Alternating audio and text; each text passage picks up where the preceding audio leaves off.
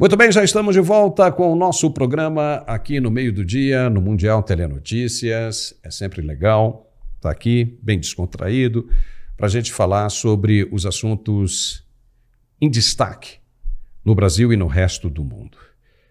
O presidente americano começou a deportar, na verdade nem foi ele, né? Foi do governo, são processos do governo Joe Biden, mas os aviões ficaram lotados de imigrantes ilegais que seguiram para os seus países de origem. Na Colômbia, o presidente colombiano disse que não aceitaria os colombianos daquele jeito, ou seja, algemados e acorrentados dentro dos aviões.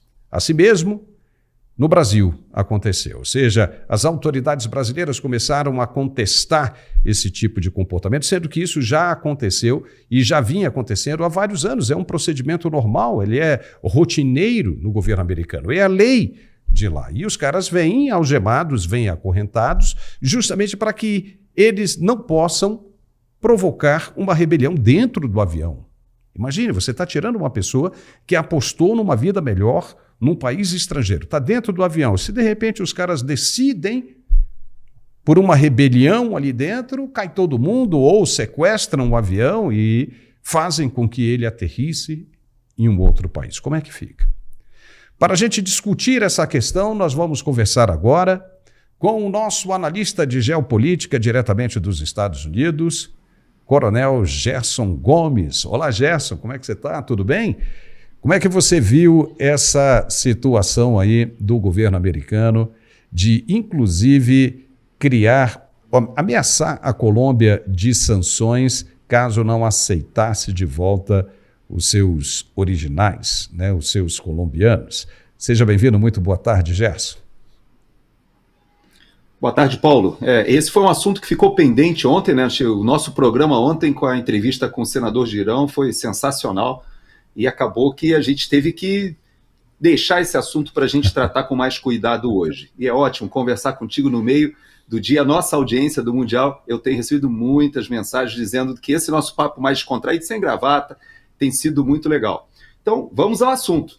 De fato, o Gustavo Petro, ele é alguém muito conhecido, inclusive muito conhecido no Brasil, né? Ele foi um dos líderes da guerrilha, né, do M19, alguém que não somente esteve na guerrilha marxista, como foi um dos protagonistas da migração do movimento revolucionário mais ligado a uma pegada ideológica, quando assume que o narcotráfico seria um business excelente para, ao mesmo tempo, de erodir as estruturas da sociedade do país imperialista, do inimigo do norte, ganhar uma grana federal em cima do narcotráfico. Ele, inclusive, como presidente, teve a ousadia de, da tribuna das Nações Unidas, defender que o povo americano deveria consumir cocaína em vez de ficar se matando com essas drogas mais pesadas agora que estão aparecendo sintéticas, aí, opioides sintéticos. E ele, inclusive, defendeu o comércio da cocaína. Então você veja que é alguém, figurinha já manjada, já marcada aqui nos Estados Unidos. O filho dele, inclusive, esteve envolvido com o narcotráfico recentemente, foi alvo de operação aqui nos Estados Unidos.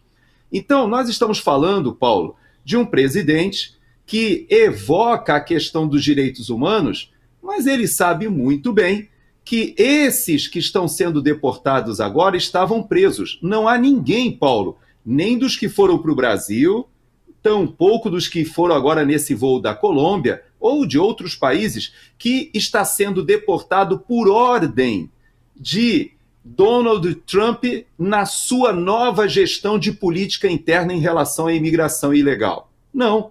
Todos esses que estão entrando nas aeronaves estavam respondendo a processos judiciais, já estavam condenados à deportação e cumprem um cronograma.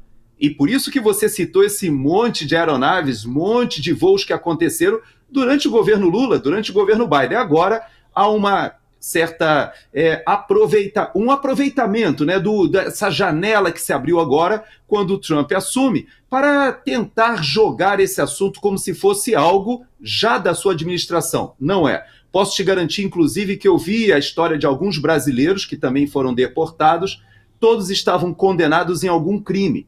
E não há nenhum dos que foram deportados para a Colômbia também que já não estivesse ligado a vários crimes, inclusive alguns crimes dentro da Colômbia. Então você veja que há uma hipocrisia geral, né, Paulo, em relação a esse assunto. Não, bastante, né?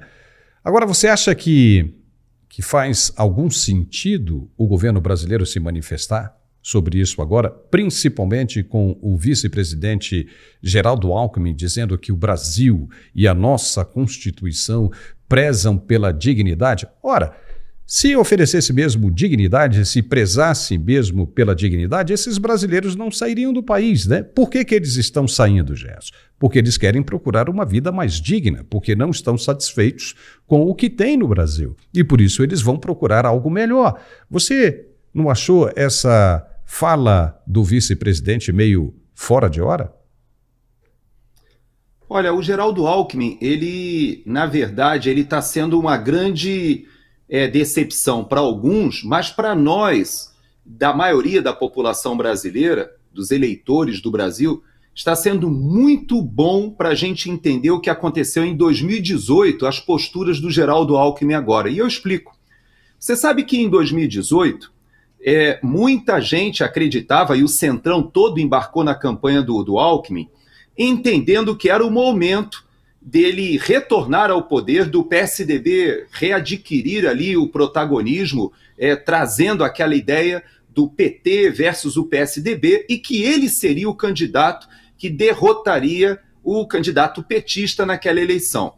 Quando o Bolsonaro surge e ganha tração, e acaba utilizando o PSL, um partido pequeno ali do Bivar, apenas como quase que uma legenda de aluguel para concorrer, ninguém acreditava que o Bolsonaro, inclusive nem o Bivar do PSL acreditava. Ele deu a legenda ali para tentar vencer a cláusula de barreira. Ninguém acreditava que Bolsonaro seria eleito. Porém, quando o Bolsonaro se elege, teve a questão da facada, do atentado, o que aconteceu com todo o centro e todo o establishment brasileiro que estava apoiando a campanha de Alckmin? Eles se deram conta de que aquele erro de percurso teria que ser corrigido. Então todos se uniram para retirar o Bolsonaro o mais rápido possível, porque os esquemas, Paulo, de corrupção no Brasil, eles são poderosíssimos. Aquilo que a Lava Jato mostrou é só a ponta do iceberg. E aí, de repente, todos tiveram que se movimentar para tirar o Bolsonaro de qualquer jeito. E agora a gente está vendo o Alckmin, que talvez muitos de nós, talvez ingenuamente, pensássemos que fosse aquele, representante de uma centro-esquerda moderada. Não, é alguém que foi à assunção do presidente do Irã e se sentou ao lado daqueles terroristas e talvez não tenha se sentindo tão incomodado como a gente pensava que ele deveria se sentir. Talvez seja o nosso vice-presidente aquele que gritou Lula, Lula e cantou a Internacional Socialista. Talvez ele não estivesse tão desconfortável assim. Por quê? Porque o establishment, o sistema, ou esse grupo que está incrustado no poder do Brasil, ele ficou extremamente incomodado quando Bolsonaro assume o poder. Tinham que retirá-lo. A mesma coisa, guardadas as proporções, Paulo, acontece aqui nos Estados Unidos. Esta semana está sendo a semana mais impactante da política interna aqui, porque nós temos 3 nomes para serem aprovados. Nós temos o Patel para o FBI, temos a Tulsi Gabbard para a área de inteligência e temos o Robert Kennedy Jr. para a área de saúde. Os 3 estão sendo rejeitados pelo establishment. Os 3 estão sendo ditos o seguinte: não passará a nomeação deles. E você sabe que o secretário de Defesa, que nós até tratamos dele há uns programas passados aqui, ele só passou... Eu não vi isso sendo falado no mainstream jornalístico brasileiro. Ele só passou com voto de Minerva do vice-presidente, do J.D. Vance. Ele teve 50 votos. Veja bem, o Partido Republicano tem 53. E ele só passou porque contou com voto de Minerva, ou seja, o vice-presidente teve que ir lá e votar. Para você ver que não está fácil. Esse establishment que no Brasil se organizou, e quando você fala do Alckmin, hoje o Alckmin ele representa o que, para mim, quando eu olho aqui os Estados Unidos, alguém que está extremamente conectada a esse grupo mafioso, que ele mesmo acusou lá atrás que se retornasse ao poder seria a quadrilha retornando ao local do crime e ele adere à quadrilha. Então, hoje o Brasil, Paulo, vive uma situação dramática. Por quê? Porque Donald Trump, quando vem ou quando coloca a sua política externa em cima da mesa, ele já disse que ele utilizará todos os meios. E você viu que na Colômbia não durou nem 4 horas. Toda aquela arrogância do Gustavo Petro, muita gente dizia que ele devia estar um pouco alcoolizado, né? Talvez seja até uma característica de alguns desses líderes da esquerda mais antiga, old school, né? O pessoal bebe bastante. Dizem que num desses momentos ele escreveu aquilo na rede social, voltou atrás, concordou com tudo, e Trump fez uma condicionante importante. Disse o seguinte: enquanto a primeira aeronave não pousar na Colômbia e o pessoal descer, os vistos estão todos cancelados, estão todos suspensos. E olha, a galera da Colômbia não pode ficar sem o sul da Flórida, Paulo. Você conhece, você sabe que sem a Flórida, a Colômbia padece. Isso é uma grande verdade, né? A Colômbia padece e uma boa parte do Brasil também. E o Trump acabou usando uma ferramenta que a justiça brasileira adora usar, né? Que é o bolso. Começou a taxar, disse que iria sobretaxar em 25% e que poderia chegar a 50% em uma semana. E aí viriam também outras coisas, como o cancelamento dos vistos e outras coisas mais, bancos, tesouros, essas coisas todas. É óbvio que a Colômbia não suportaria, como também é óbvio que o Brasil não suportará se esse tipo de coisa acontecer para o lado brasileiro também. E aí o que acontece? A gente começa a ver uma manifestação, uma movimentação da esquerda latino-americana para contra-atacar as ações de Donald Trump em relação às deportações. Você vê o México, você vê aí a Colômbia, já juntando o Brasil. Você acha que vai prosperar esse movimento da esquerda latino-americana, Gerson, com relação à política de Donald Trump de imigração? Pois é, você sabe que existem, na verdade, 2 grupos muito importantes incomodados com a eleição do Donald Trump. O primeiro grupo, e o mais importante, o mais relevante, não é o grupo dessa esquerda representada ali pelo grupo de Cuba, Venezuela, os grupos guerrilheiros aí ligados ao narcotráfico da Colômbia, até mesmo os grupos de narcotráfico do Peru, da Bolívia, ali da América Central, né? Nós vimos hoje a presidente de Honduras, né, que atualmente ela é a presidente da CELAC, né, da Comunidade dos Estados ali da América Latina e Caribe, ela convocando uma reunião emergencial para tratar desse assunto aí, dessa política externa agora em relação aos imigrantes. E, inclusive, veja que coisa, o próximo presidente rotativo é justamente o Gustavo Petro, que vai assumir. Então, a Xiomara, né, que eu vou até pegar o nome dela aqui, de jeito para eu falar de jeito, é Iris Xiomara Castro de Zelaya. Ela hoje fez uma convocação dizendo, inclusive, que também está muito incomodada com essa política de repatriação de criminosos, porque, na verdade, nessas primeiras ondas, a ordem executiva do Trump mandou priorizar quem? Os imigrantes indocumentados, ilegais, que estão aqui nos Estados Unidos cometendo crimes. Então, essas primeiras ondas serão justamente daqueles que já estão ou presos ou respondendo por crimes, e eles, inclusive, deram uma certa prioridade aos crimes mais graves. Então, nós não estamos falando de pessoas, cidadãos que estão sendo vilipendiados em seus direitos, estamos falando de criminosos aqui nos Estados Unidos, não somente pelo crime de imigrar ilegalmente, mas pior do que isso, são crimes que são ligados ao narcotráfico, até ao sistema financeiro, alguns à questão sexual, outros até mesmo ao tráfico humano. Esses estão sendo deportados. E você sabe uma notícia de bastidor, Paulo?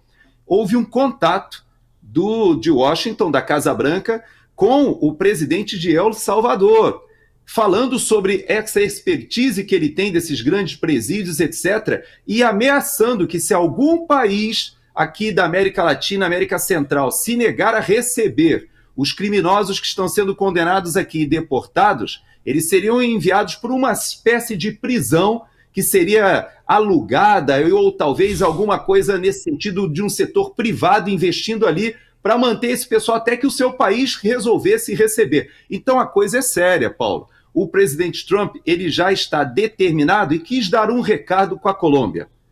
É claro que aqui, você sabe, né, eu estava tomando aqui o meu cafezinho, o café colombiano ele tem todo um marketing, né? Na Europa, por exemplo, quem sabe, conhece o assunto, sabe que a Alemanha é o maior exportador de café para toda a Europa e não planta um pezinho de café, né? E, na verdade, eles importam da Colômbia, do Brasil, colocam ali nas cápsulas de Nespresso, ganham uma grana imensa ali com os cafés processados na Europa, mas o americano começou a se questionar, peraí, mas se bota 25%, bota 50%, será que o café não vai subir? E a banana, né? Porque são os dois produtos que o pessoal aqui lembra logo, é o café e a banana da Colômbia. Mas, veja só, o Equador já começou a dar risada, que é o maior exportador de banana da região e tem um presidente de direita ali, né? Então, já começou o pessoal a ficar feliz. Os próprios produtores brasileiros de café, opa, com isso será que o preço sobe? A gente já começa a se beneficiar? Produtores da África. Na verdade, Paulo, o que o presidente Trump está fazendo é mostrando o seguinte, a Colômbia ela depende quase 30% da sua pauta de exportação dos Estados Unidos. Isso para os Estados Unidos é traço, é 0, qualquer coisa por cento na balança comercial. Ele joga com esse poder econômico e, obviamente, com o poder político. E são países que não têm estatura geopolítica para enfrentar. Talvez se unindo, como você falou, talvez esses grupos da América Latina e até da União Europeia que agora tentam resistir, mas eu vou dizer uma coisa para você. O discurso do Milei lá em Davos, o discurso do Trump, o discurso da Meloni e a postura de vários chefes de Estado agora já na região da América Latina e Caribe mostram que tem muita gente querendo surfar a onda Trump em vez de tentar resistir. Vamos ver o que vai dar, né, Paulo? Eu acredito que estejam aí querendo criar pressão. Pressão é aquilo que a gente já falou aqui em outras situações, é o jus esperneandi, né? Ou seja, está todo mundo aí se debruçando, se debatendo, tentando reverter aquilo que não esperavam que acontecesse, ou pelo menos esperavam, mas não acreditavam e agora estão vendo que a coisa está acontecendo. Ou seja, inclusive isso é muito bom para algumas autoridades brasileiras que estão vendo que ele cumpre aquilo que ele promete e que ele tem armas para se fazer ouvido, não é? Vamos lá, ele tem pressão econômica que podem sim causar, né, uma resposta muito rápida, né, em benefício daquilo que ele está querendo impor. Haja vista o que aconteceu na Colômbia, né? Em 4 horas o Gustavo Petro voltou atrás. Então, quer dizer, realmente é uma coisa que deve ser observada. Agora, ainda continuando com a situação dos deportados, Gerson, você não acha que está havendo até um exagero por parte das pessoas que voltaram, porque aí a imprensa vai lá e trataram vocês bem, e os caras dizem, não, foi horrível e tudo mais. Nós sabemos que é difícil demais a vida de um imigrante ilegal, desde o momento da decisão que é tomada ainda no Brasil até a conclusão, ou seja, pisar em território americano. Mas é muito difícil mesmo. É difícil passar pelos coiotes, né? Você tem todo aquele trâmite, né, de compromisso financeiro com os coiotes que podem, inclusive, colocar a vida de sua família, a integridade física da sua família em risco. Então, veja bem, você voltar para casa ali acorrentado, né, ou seja, com a corrente na cintura e algemado, não chega nem perto das dificuldades que esses deportados enfrentam em todo o processo de ida para o país. Então você não acha que está havendo um exagero danado e fora de hora? Mais do que exagero, eu creio que é uma instrumentalização, má fé mesmo, porque o pessoal sabe a verdade, né, Paulo? Nós aqui nos Estados Unidos, nós temos hoje a 3ª maior comunidade de imigrantes em números absolutos. Nós só perdemos para os mexicanos e para os chineses. Então, hoje, aqui, fala-se de 2, 3 milhões, mas eu ouso afirmar que esse número é bem maior.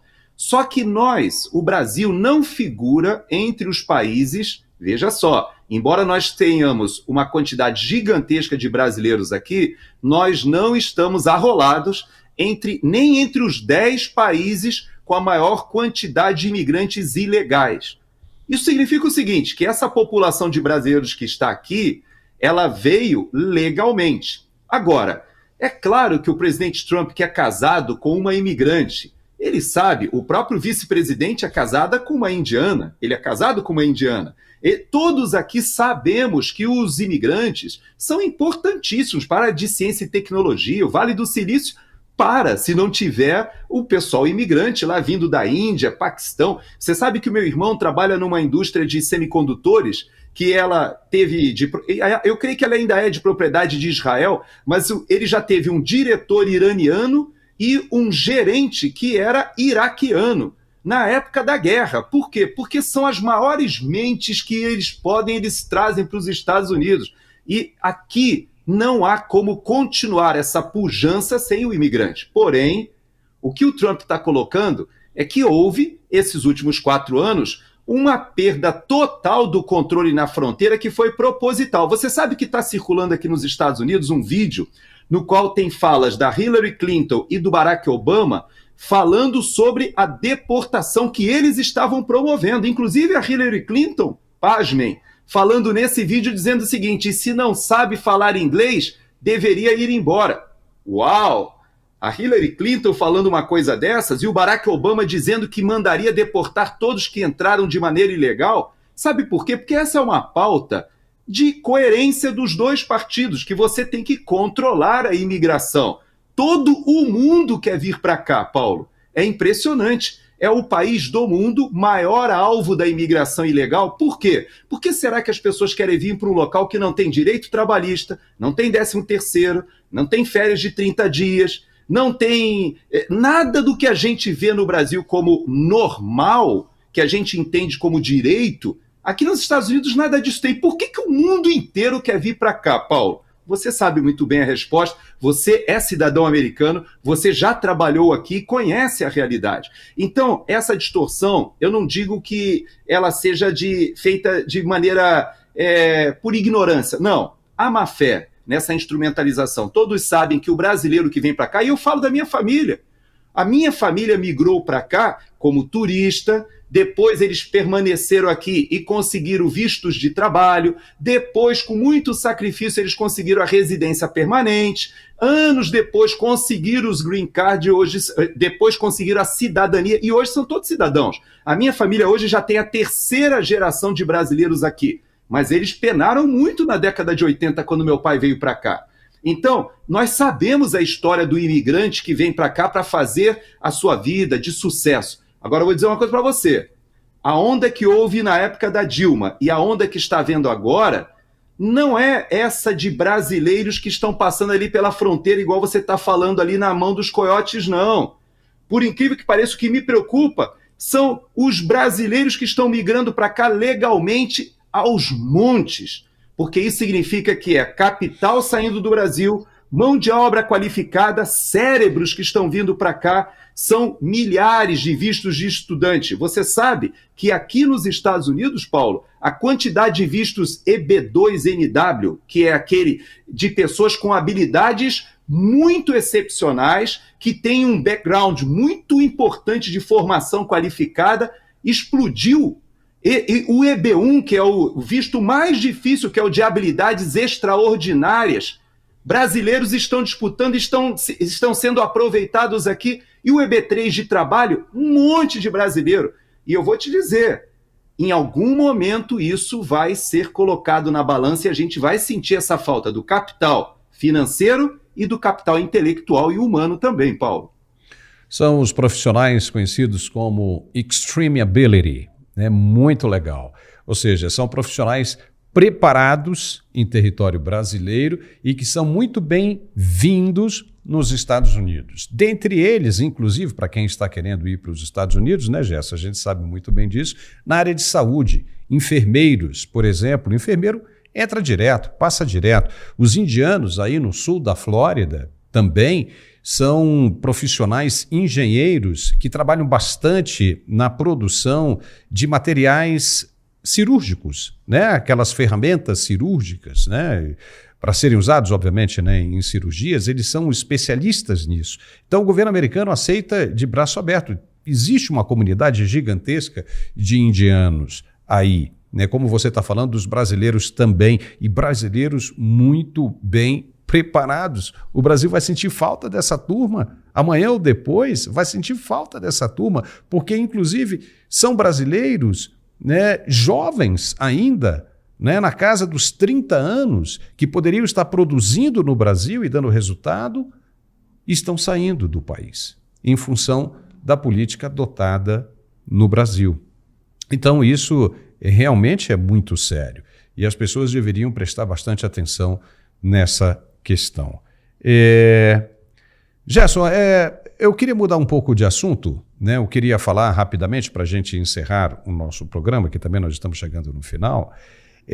Você viu aquilo que saiu ontem a respeito, né, de Eduardo Bolsonaro? Como é que são as coisas, né, rapaz? Porque o Eduardo Bolsonaro e a Michele Bolsonaro, entendeu? Começam a despontar como lideranças, possíveis lideranças para 2026, para disputar o Senado Federal, e começam a surgir os questionamentos. Levantaram uma suposta delação premiada do então tenente-coronel Mauro Cid, dizendo que Michele Bolsonaro e Eduardo Bolsonaro eram as peças principais, fundamentais, ou seja, eram os mentores daquela possível minuta do golpe que nunca aconteceu.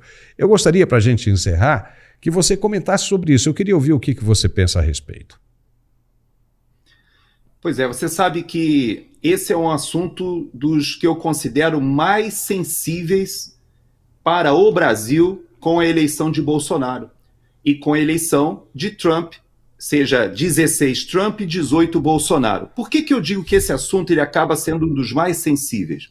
Porque tanto Trump quanto Bolsonaro foram alijados do poder por uma estrutura mafiosa aqui nos Estados Unidos e no Brasil. Porém, isso é pouco falado, ou pelo menos nós não vemos a sociedade brasileira se indignando com o fato de que a Lava Jato foi totalmente desmontada, de que aqueles bilhões que foram descobertos durante a Operação Lava Jato, hoje estão sendo, inclusive, devolvidos para vários dos acordos de leniência e vários dos corruptos que confessaram.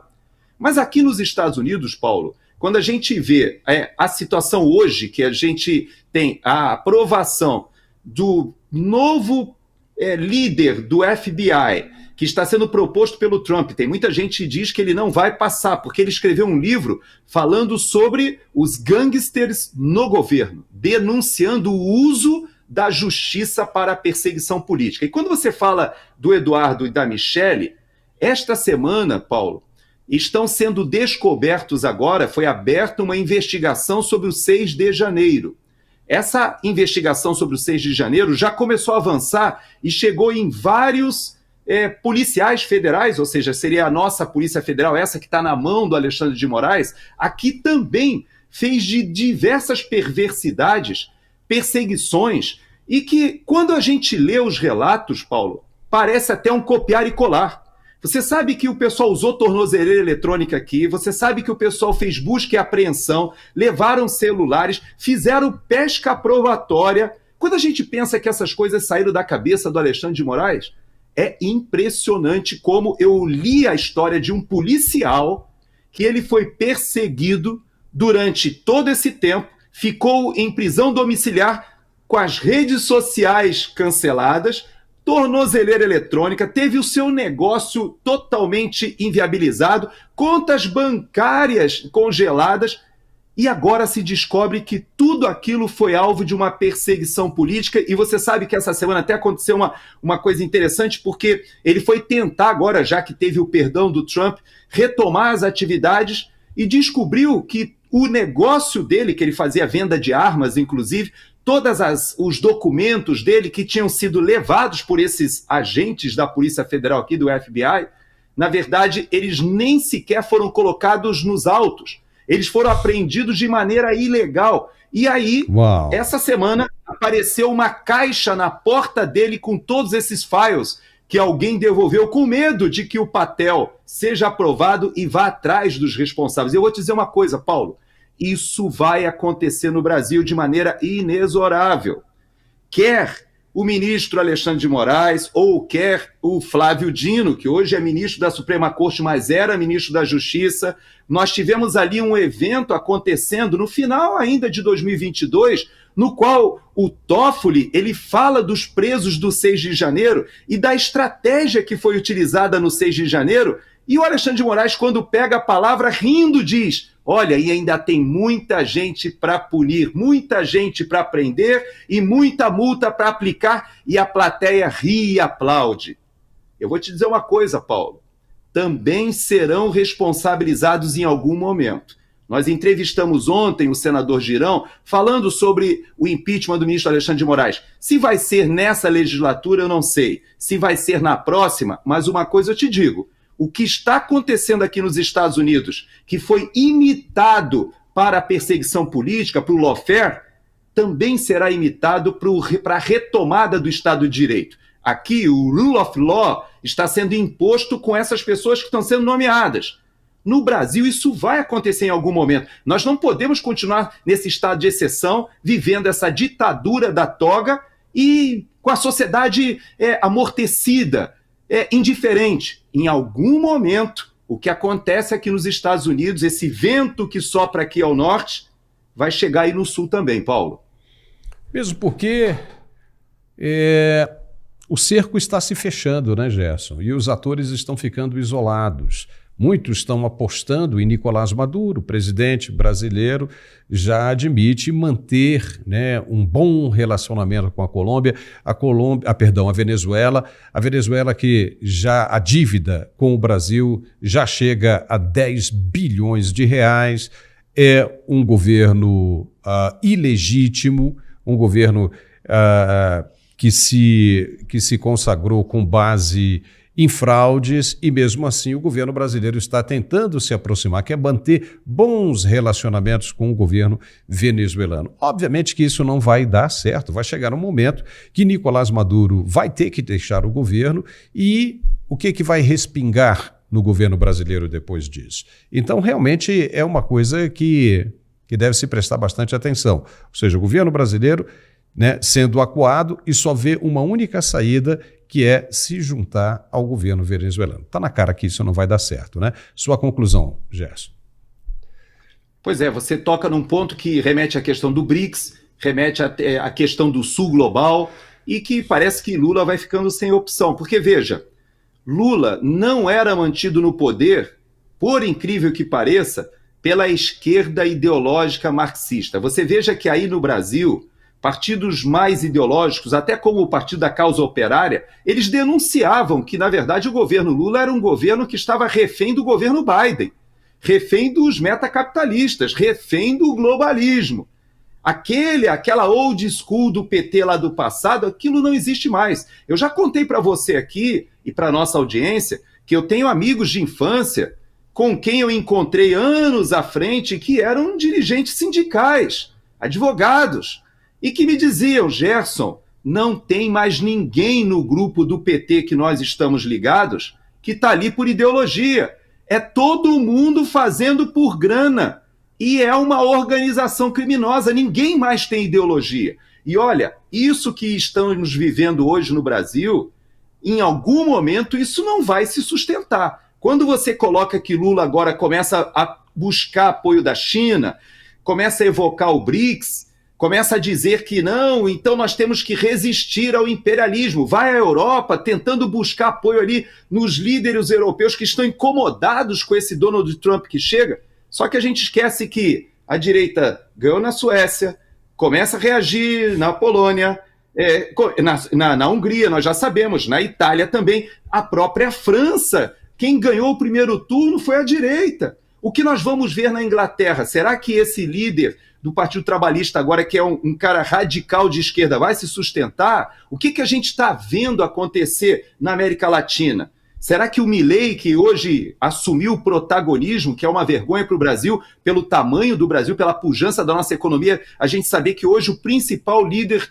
é reconhecido no mundo, que vai pessoalmente a Davos e discursa. E eu te pergunto, o Lula foi a Davos e foi recebido como um estadista? Não. Sabe quem foi lá? Foi o Barroso, o Gilmar Mendes, ou seja, o Supremo Tribunal Federal vai a Davos falar sobre política internacional, sobre pautas ambientais, sobre apoio até à censura, ao controle das redes sociais. Então você vê que essa inversão do Brasil ela é insustentável, Paulo. Não adianta o Lula tentar ir para o colo do Xi Jinping, até porque me parece que o Trump também já está em acordo com a Rússia, ele achará alguma solução ali para a guerra da Ucrânia, e o Putin não vai sustentar militarmente o Maduro, como você mencionou, aí como aliado do Norte.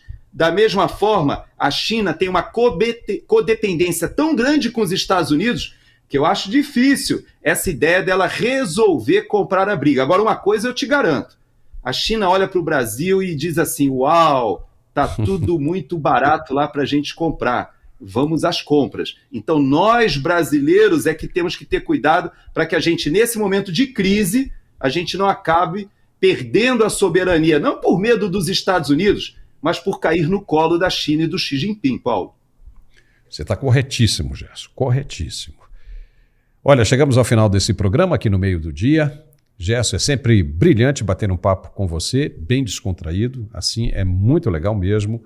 E até a próxima, né? Vamos ver se durante essa semana aí, se pintar alguma coisa também bem interessante aí, eu te chamo aí no meio do dia para a gente comentar também. Um grande abraço e até a próxima, irmão. Até. Se nada acontecer, sexta-feira, se Deus quiser, eu estou de volta. Um abraço. Amém. Um abraço. Tchau. E nós ficamos por aqui com esse programa. Se você gostou, eu peço que se inscreva em nosso canal se ainda não for inscrito. E lembrando que logo mais às 17h45 nós estamos de volta com outra edição do Mundial Telenotícias, mais completa. Fique ligado. Um forte abraço, obrigado e até lá.